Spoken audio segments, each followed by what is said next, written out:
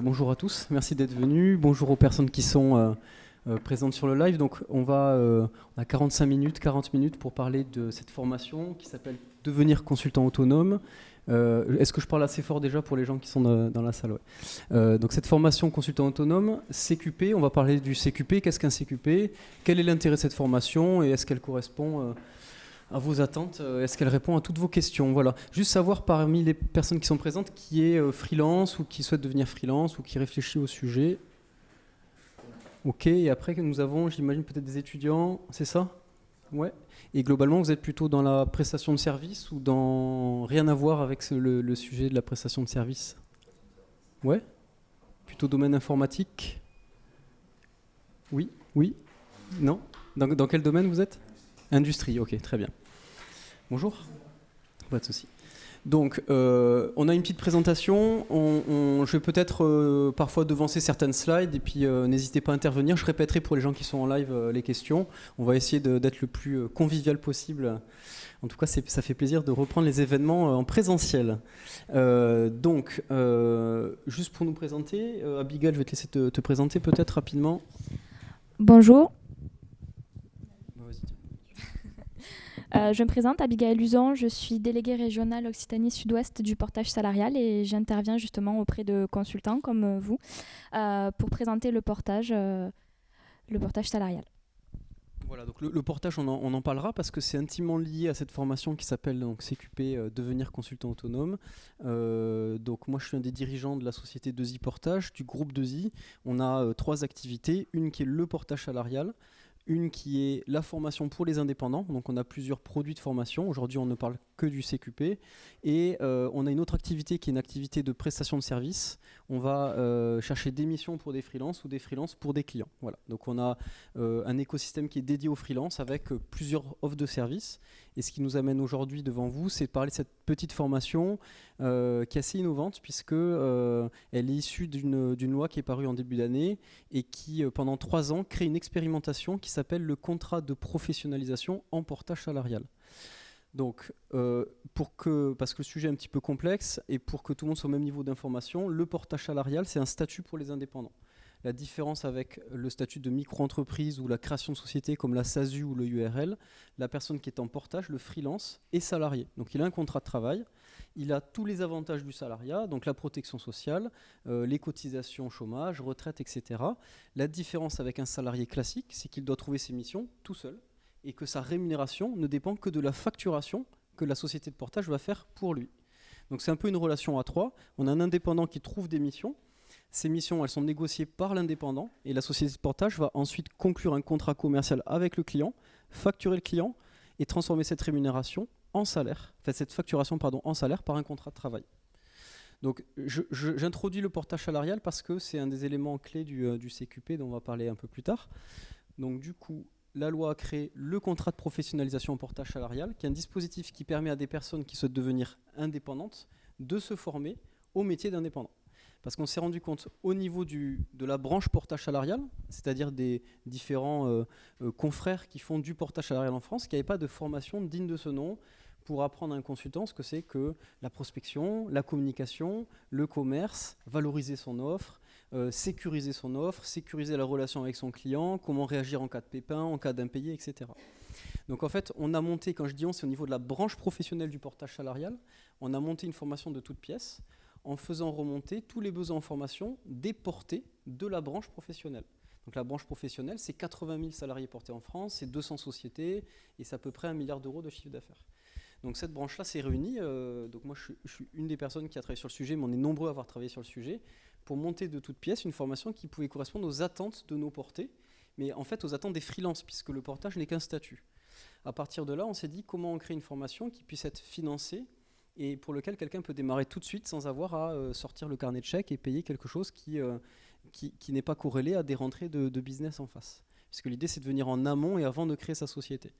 Donc en fait, on s'est servi du dispositif du CQP. Et le CQP, c'est quoi? C'est un certificat de qualité professionnelle. Donc c'est une certification, mais qui n'est portée que par les branches professionnelles. Donc il y a la branche du bâtiment, ils ont leur CQP, la branche de l'hôtellerie, ils ont leur CQP, et la branche du portage a son CQP. Et un CQP, à la base, qu'est-ce que c'est ? Ça avait été créé dans des branches où il y a des métiers très très spécifiques et pour lesquels on n'avait pas d'offre de formation. Par exemple, à l'époque, dans le bâtiment, il n'y avait pas de formation pour les soudeurs, et donc ils avaient créé un CQP pour les soudeurs. Et on a le même parallèle au niveau du monde du freelance. On se rend compte qu'en tout cas dans la branche portage et les portés qui arrivent chez nous, les primo-freelance, des gens qui sont sortis du salariat, qui sont sortis du chômage longue durée ou qui sortent des études, il n'y a pas dans les parcours scolaires un bloc « je deviens entrepreneur freelance ». Alors il y a de plus en plus de formations à devenir entrepreneur dans les startups. Les chambres de commerce accompagnent beaucoup les créateurs d'entreprises, mais c'est plutôt les artisans, les commerçants. Et une formation dédiée au freelancing financé, il n'y en avait pas. Donc à l'image du soudeur, la formation pour devenir soudeur sur le bâtiment, au niveau de la branche professionnelle portage, on a créé une formation et on a créé un CQP. Donc la première étape, c'était de créer ce CQP, un certificat, et après de créer un référentiel qui correspond à ce qu'attend ou à ce qu'attendrait un freelance ou un porté pour monter en compétence sur ok, j'ai une expertise très forte, parce que si on veut devenir freelance, qu'on soit porté ou pas, on a besoin d'une expertise. Donc je suis dans l'IT, je suis développeur Java, je suis dans l'industrie, je ne sais pas, vous êtes dans quel domaine d'activité Aéro. Donc j'ai une expertise dans l'aéro très pointue, mais est-ce que ça fait de moi un commercial, un prospecteur, un communicant ? Pas forcément. Donc en fait, on a créé ce référentiel en prenant plein de retours terrain. On a travaillé ça pendant 6 mois. Avec 80 000 portés dans la branche, on a eu beaucoup de retours. On les a digérés, on a travaillé avec la branche, on a travaillé avec des cabinets et on a créé un référentiel. Et après, on a fait un appel d'offres au niveau de la branche pour trouver 5 opérateurs de formation, 5 OF, qui seraient capables de porter l'expérimentation pendant 3 ans et qui seraient capables de délivrer la formation. Il se trouve que dans le groupe 2i, on a nous un OF qui s'appelle 2ICS Freelancer. Freelancer, c'est le nom commercial, qui fait déjà, nous on fait ça déjà depuis plusieurs années. On a un produit sur Toulouse qui s'appelle le Bootcamp, qui est très innovant. C'est une sorte de hackathon de 4 jours, 4 nuits d'affilée pour les freelances. On a l'incubateur qui est la même version mais sur 200 heures. On a depuis 2015 plein d'actions de formation pour les freelances. Et en fait, on a décidé nous de répondre à l'appel d'offres CQP en condensant notre formation de 200 heures et en la faisant correspondre vraiment au carcan et à ce qu'on attend d'un CQP. Et c'est de là qu'est né ce dont on va parler aujourd'hui, donc le CQP que nous on porte. Donc l'introduction était un petit peu longue, je m'en excuse, mais il fallait que je recontextualise. On est dans le portage salarial, et donc ça veut dire aussi que la personne qui vient faire un CQP va devoir faire un contrat de professionnalisation en portage salarial dans une société de portage. Il va y avoir une partie de formation théorique qui est opérée par freelancer, et il va y avoir une partie de mise en pratique, et on va en parler un peu plus en détail pour vous expliquer comment se passe la mise en pratique. Est-ce que c'est clair ou est-ce que j'ai embrouillé tout le monde ? C'est clair ? Super. Alors on va passer, alors c'est moi qui passe les slides en plus. Tac.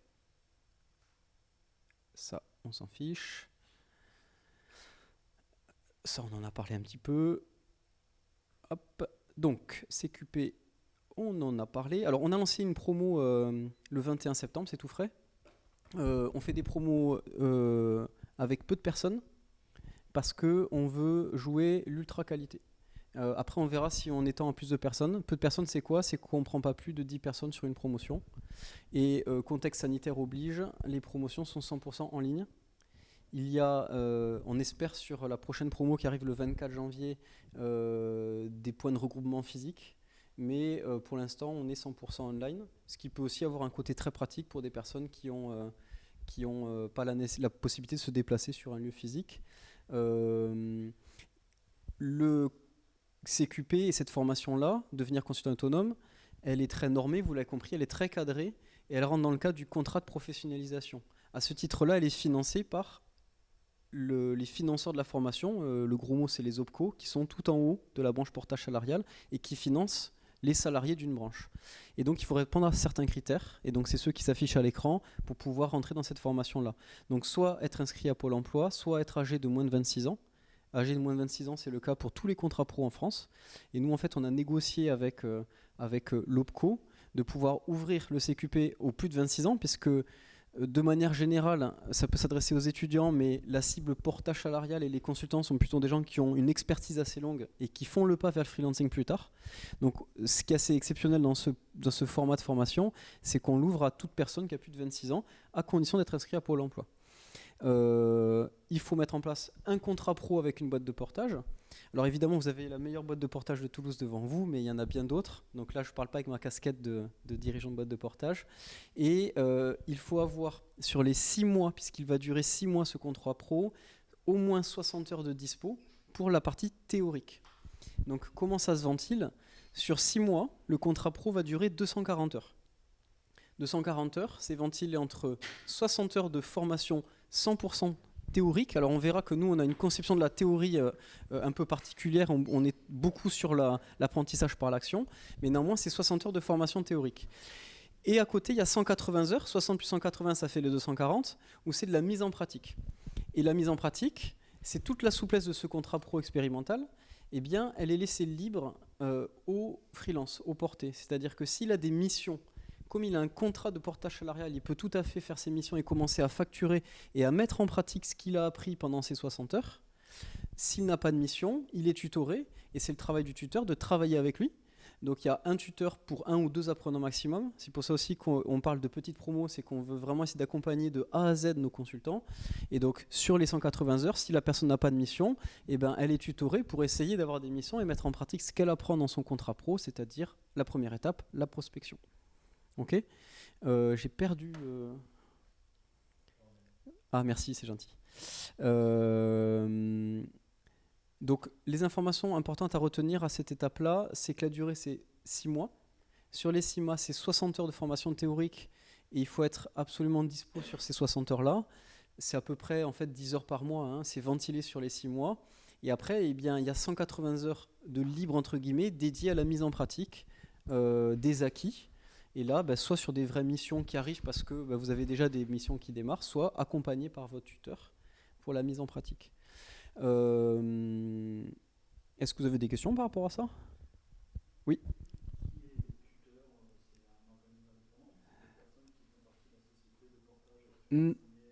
Ouais, très bonne question. Alors je la répète pour les personnes qui sont sur le live. Qui est tuteur en fait dans le cadre de cette formation ? Donc en fait, au niveau de notre organisme de formation, on a un comité de pilotage pédagogique qui va sélectionner des tuteurs qui sont externes à la société et à notre groupe et qui correspondent de manière la plus proche possible aux compétences des personnes qu'on va avoir en formation sur les 6 mois.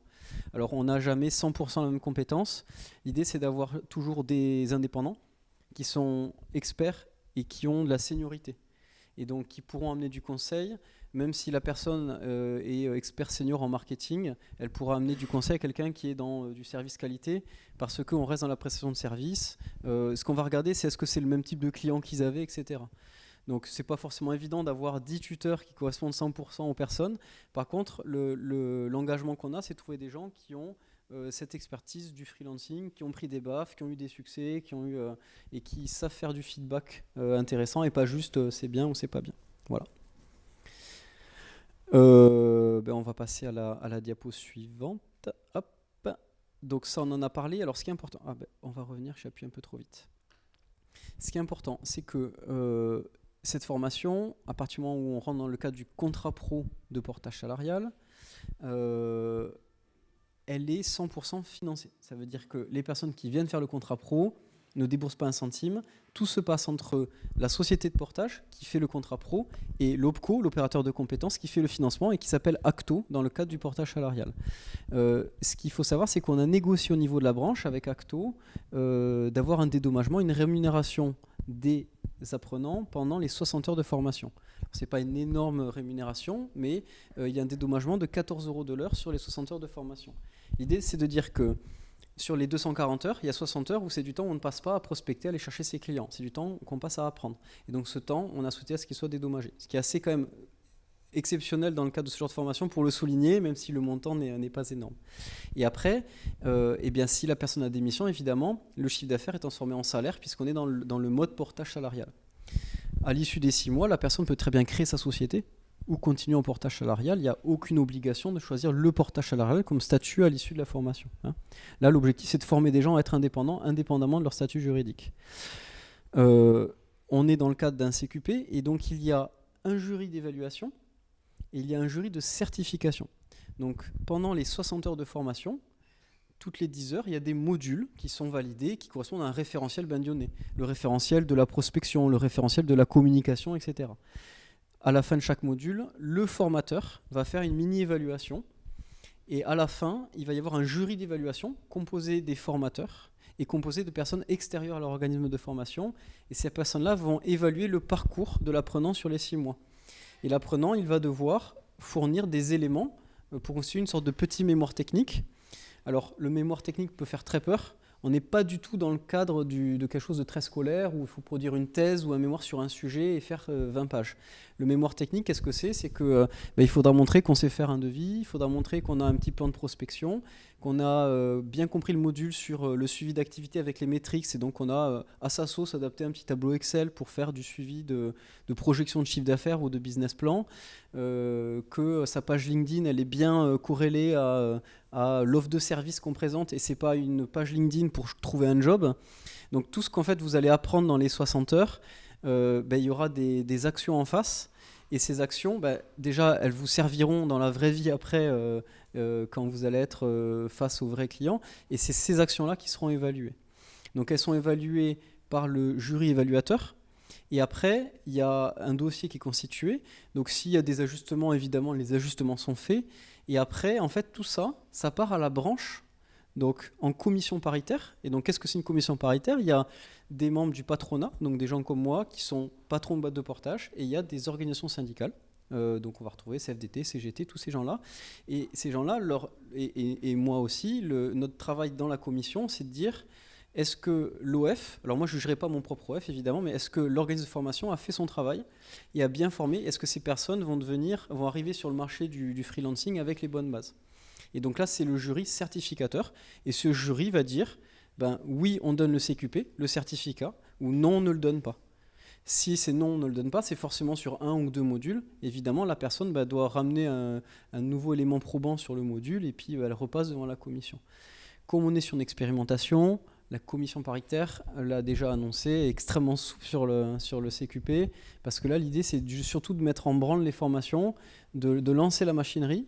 Et après, au bout des 3 ans, on regardera si les organismes de formation ont bien fait leur boulot. Et surtout, parce qu'on va être mesuré sur l'impact et la qualité de la formation, est-ce que les freelances qui sortent de ces formations-là se sont insérés dans le marché du freelancing ? Ou dans le marché de l'emploi, parce qu'au final, ce qu'ils ont appris, ils l'ont mis dans la recherche d'un travail, par exemple. Donc, c'est très expérimental, mais c'est une aubaine pour nous, parce que ça nous permet de former des indépendants. On sait que la formation, quand on est indépendant et qu'on se lance, c'est un sujet pour la financer. Et se financer une formation de 200 heures ou 240 heures, c'est pas évident quand on se lance ou quand on est en fin de droit ou quand on n'a pas forcément les moyens de le payer. Donc on profite de cette aubaine-là et puis après on va faire de l'amélioration continue. Donc nous on a aussi un comité d'amélioration et d'innovation qui suit en fait, on a des feedbacks permanents de nos formateurs et de nos apprenants sur la première promo. Et à chaque fois, on améliore le module. Donc ça, c'est quelque chose que nous, on fait depuis des années au sein de notre OF. Et là, on l'applique vraiment spécifiquement sur cette formation-là. Est-ce que vous avez des questions par rapport à ce sujet ? C'est clair ? Ouais, super. Oui, je vous en prie. Alors, pour obtenir... Alors, la question, c'est... Je répète pour les gens qui sont en ligne. Ouais, je répète juste la question pour les gens qui sont en ligne, parce qu'ils entendent mieux avec mon micro. Quels sont les critères pour obtenir la certification ? C'est ça ? Donc les critères, c'est qu'il faut avoir un pouce comme ça, ou un pouce comme ça. Il faut avoir un pouce comme ça sur chacun des modules, et chaque module correspond à un référentiel. Donc les modules, c'est prospecter, c'est faire une offre de service, c'est définir son besoin, c'est bien cibler sa cible de clientèle, on va les dérouler. Et donc en gros, en face de chaque module, il va falloir montrer un petit travail, produire un devis, produire un plan de communication. Et donc le jury évaluateur va dire « Ok, l'apprenant a bien fait le job sur ce module ». Et après, en fait, le rôle du jury certificateur, c'est pas de juger la matière, puisqu'elle a été jugée par le jury formateur, c'est juste de voir s'il y a plus de 50% de pouces en l'air ou moins de 50%. Plus de 50%, le certificat est obtenu. Moins de 50%, le certificat n'est pas obtenu. Et il faut corriger le critère où il y a des pouces en bas. 50%, c'est faible pour obtenir un certificat, mais comme on est dans une expérimentation, au moins sur les 2-3 premières promos, le ratio pour obtenir le CQP, le certificat, c'est d'avoir 50% de critères qui sont dits positifs. Et après, on montera plus dans des ratios qui sont classiques dans des CQP, qui sont de l'ordre de 80%. Donc c'est aussi pour ça que c'est une aubaine de commencer maintenant, parce qu'on là on est encore dans l'expérimentation, et donc on est la branche professionnelle elle sera ultra clémente sur l'obtention des CQP, sachant que je le répète, le but c'est que tout le monde ait un certificat. Donc, parce qu'on sélectionne les gens en amont sur la formation. Donc quelqu'un qui ne serait pas à sa place, en priori, ne peut pas être sélectionné. On va vraiment voir si la personne a un projet solide, si c'est du durable, si elle se projette sur l'avenir, pour éviter, pas pour ne pas l'apprendre, pour éviter qu'il y ait des désillusions. Donc a priori, quand on rentre dans un CQP, c'est qu'on va l'obtenir. Et si on ne l'obtient pas, c'est parce qu'on n'a pas eu le temps de fournir son plan de communication, c'est pas très grave. On fera le nécessaire avant d'aller devant la branche poser les dossiers. Ça répond à votre question ? Ouais ? Super. Je vais passer... Alors, les méthodes pédagogiques. Je vous l'ai dit en introduction, chez Freelancer, la formation des freelances, c'est un sujet qu'on maîtrise depuis 2013. En 2015, on a lancé le bootcamp. Je vous en ai parlé rapidement. Et je vous en parle parce que c'est du bootcamp qu'on s'est inspiré pour faire les méthodes pédagogiques du CQP. Le bootcamp, c'est une grosse boîte où on va secouer les freelances pendant 4 jours, 4 nuits. Ils ressortent avec un projet un peu mieux ficelé. C'est-à-dire qu'on prend des gens qui ont déjà un projet mais qui ont du mal à en sortir une vraie rentabilité. Le principe du bootcamp, c'est qu'il y a 0 théorie. On ne travaille que par l'apprentissage, par du cas pratique, par du feedback d'une autre personne qui fait le même métier, par du coaching et par du travail d'un apprenant sur le business model d'un autre apprenant et inversement. Donc on est dans de la classe inversée, de la formation par l'action. Donc on s'inspire un peu des modèles scandinaves et on l'a mis dans nos types de formation à nous. Le CQP, on l'a construit de la même manière avec 2 contraintes. Un, on a peu de temps, c'est 60 heures. 60 heures, ça passe très vite. Et deuxièmement, c'est 100% online. Donc pour secouer un business model online, c'est pas évident. Néanmoins, ça n'empêche pas de ne pas avoir quelqu'un comme moi en ce moment qui parle dans un micro et d'avoir des PowerPoint qui défilent. Donc tout le contenu pédagogique des 60 heures, parce que le temps est précieux et on est un public d'adultes, on n'est pas un public d'enfants, il faut que ça soit rentable ce temps-là, il faut qu'il soit efficace. On n'est que sur du cas pratique et de la mise en action professionnelle. C'est-à-dire que même dans les 60 heures, on ne va pas vous dire voilà comment on fait sa page LinkedIn, c'est tu vas faire ta page LinkedIn, on va le regarder ensemble, on va donner les 3 points principaux. Alors je parle de la page LinkedIn comme de monter un business model et comme de rentrer en relation avec sa cible de clientèle. Un point important, c'est qu'il y a plein d'écoles aujourd'hui de commerce, il y a plein d'écoles de vente. Nous, on apprend aux gens à vendre de la prestation de service, ce qui est un métier délicat. C'est-à-dire qu'on ne vend pas une prestation de service comme on vend une chaise ou une table. Vendre des produits, l'acte d'achat, il va se faire en quelques secondes, on va regarder le look, on va regarder le prix, etc. Vendre de la prestation de service, c'est très complexe, c'est des ventes complexes. Donc on a une philosophie qui est aussi inspirée de ce qu'on a fait dans le bootcamp et qu'on a mis dans le CQP et qui est le socle du CQP. Et après, je parlerai un peu des modules du CQP. C'est qu'on a une approche de la vente qui est très différenciante de ce qu'on peut voir dans l'offre classique de formation.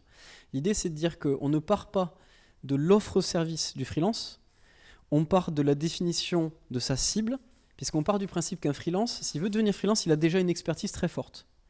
Et donc à partir de là, nous, notre métier, c'est pas d'apprendre aux gens d'être le meilleur développeur, le meilleur marketeur ou le meilleur auditeur. Ça, c'est leur problème à la limite. Et nous, on prend juste garde à dire à la personne, écoute, tu es peut-être pas assez expert sur ce domaine, donc c'est peut-être pas sur ce domaine qu'il faut se lancer tout de suite, peut-être sur un autre, ou attends 1 an ou 2 avant de te lancer comme freelance parce que tu cours à quelque chose de compliqué.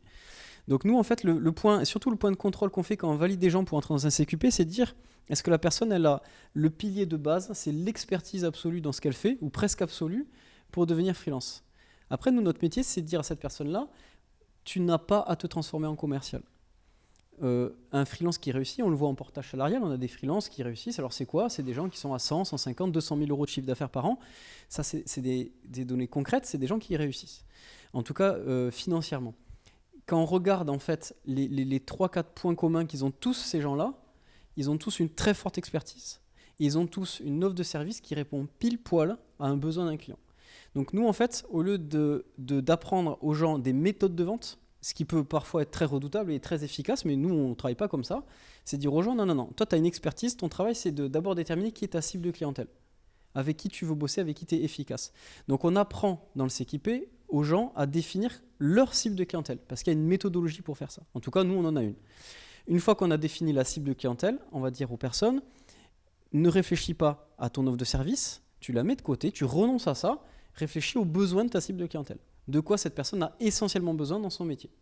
Et après, on va regarder si l'offre de service et l'expertise du freelance qu'il a en amont correspond aux besoins de la cible de clientèle.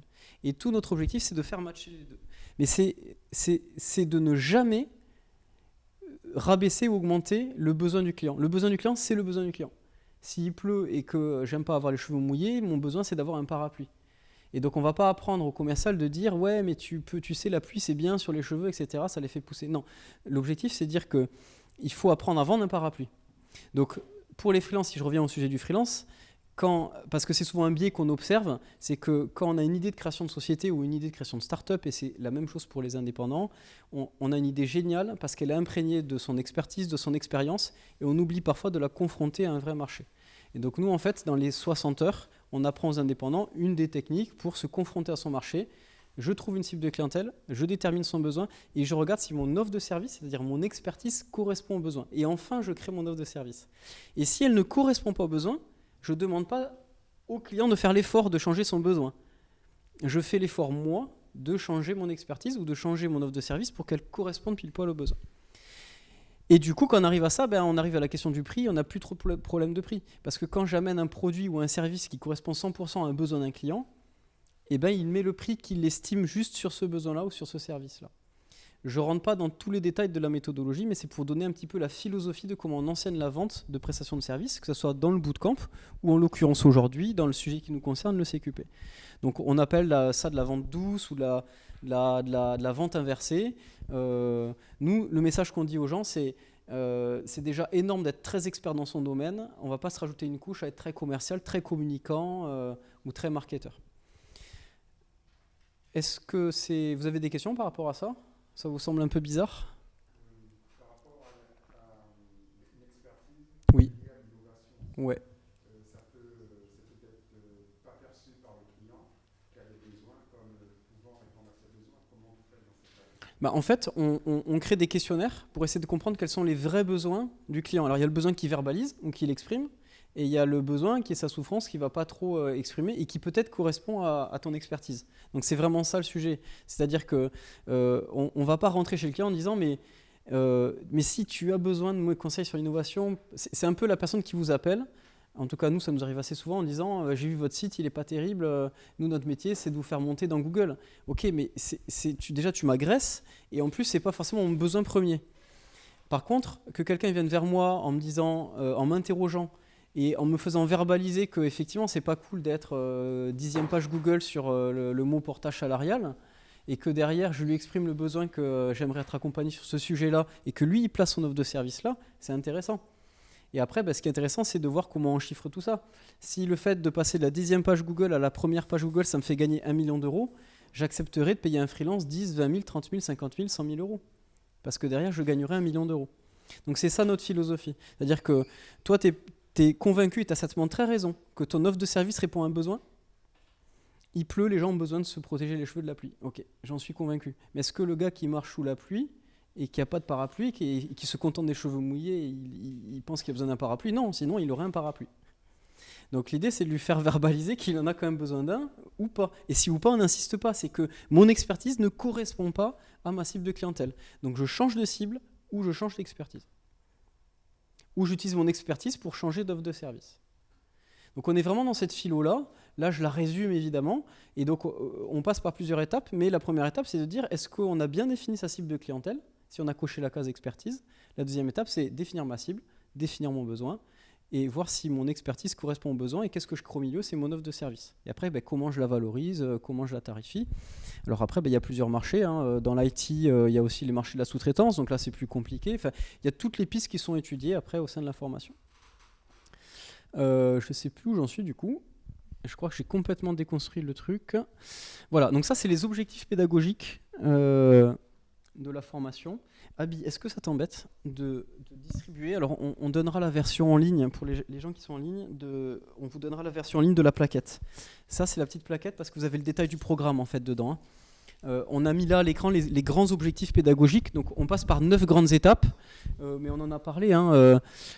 Définir son offre de service, connaître son marché, déterminer les besoins des clients, c'est ce qu'on vient de dire, établir un business model en adéquation avec son offre de service et qui soit innovant et pérenne, parce que l'idée c'est rentrer sur de la pérennité.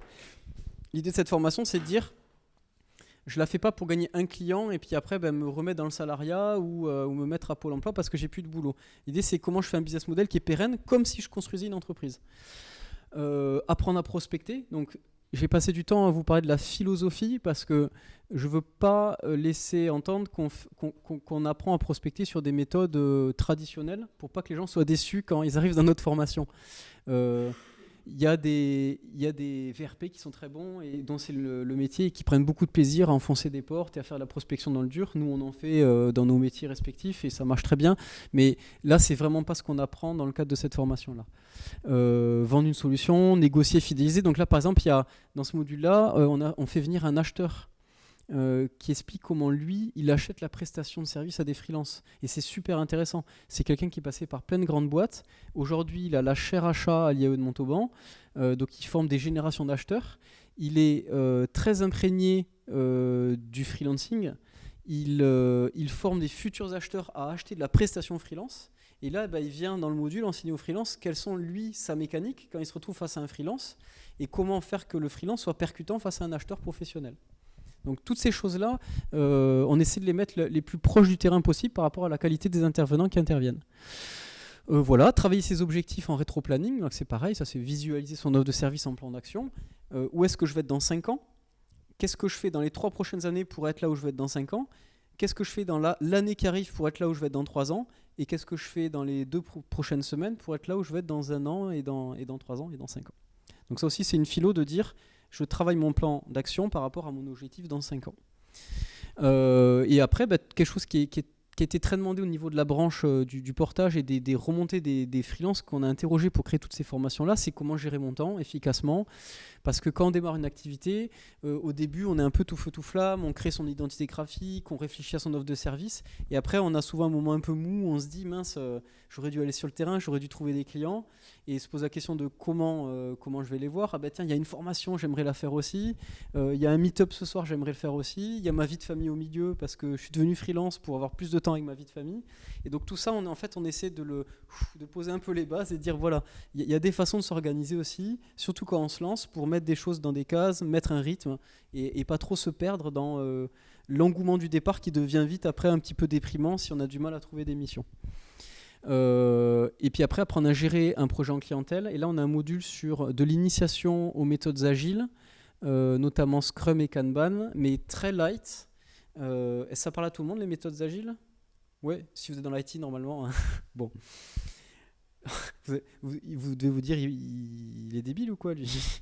Donc, l'agilité, aujourd'hui, dans l'IT, je vois vos sourires, tout le monde connaît. Ce qu'on a fait, c'est qu'on a pris les principes de l'agilité et on les a conduits dans la conduite de projet de manière globale d'un indépendant, quel qu'il soit, pas forcément dans l'informatique, quel qu'il soit, comment conduire mon projet de manière agile. L'idée, c'est de dire, c'est très bon en termes d'organisation. Et la deuxième chose, c'est très bon par rapport à un client. Notamment si vous avez une clientèle de PME, c'est des gens qui ne sont pas forcément érudits, même si ça commence à être ancien l'agilité, mais ils ne sont pas érudits à ces méthodes agiles. Ils sont plutôt sur de la méthode de cycle en V ou de la gestion de projet classique. Et bien là, l'idée, c'est de mettre une première couche ou une surcouche pour les gens qui sont experts sur le domaine et de voir comment je gère un projet en méthode agile et comment j'initie mon propre client, mes propres clients à ce sujet-là. Donc là, pareil, on a des matrices, on donne des outils tout faits. Et Sophie qui intervient sur ce sujet-là, son travail, c'est de mettre en place de l'agilité au sein des très grandes organisations. Elle travaille pour ceux qui connaissent, sur SAFe au niveau d'Airbus. Elle est coach agile au niveau de Scrum, l'école Scrum, j'ai mangé le nom. C'est la première école qui certifiait Scrum en France. Enfin, c'est quelqu'un qui a un long passé dans la méthode agile et notamment la méthode Scrum. Je vous dis ça parce que ça vous montre que chaque intervenant est expert et freelance et vit de son métier et du métier qu'il va enseigner après pendant le CQP. Est-ce que vous avez des questions sur les objectifs pédagogiques qui d'ailleurs sont en fait le déroulé du programme ? Et pour en venir à ta question, finalement ces 9 modules, ces 9 objectifs qui vont être jugés à la fin, donc par le jury de formateurs. Et à chaque fois, on va dire acquis ou pas acquis. Acquis, c'est pouce comme ça, pas acquis, c'est pouce comme ça. Et après, si tu as 50% d'acquis, tu as ton certificat. Voilà. Est-ce que vous avez des questions sur le déroulé pédagogique? Pas de questions. Super.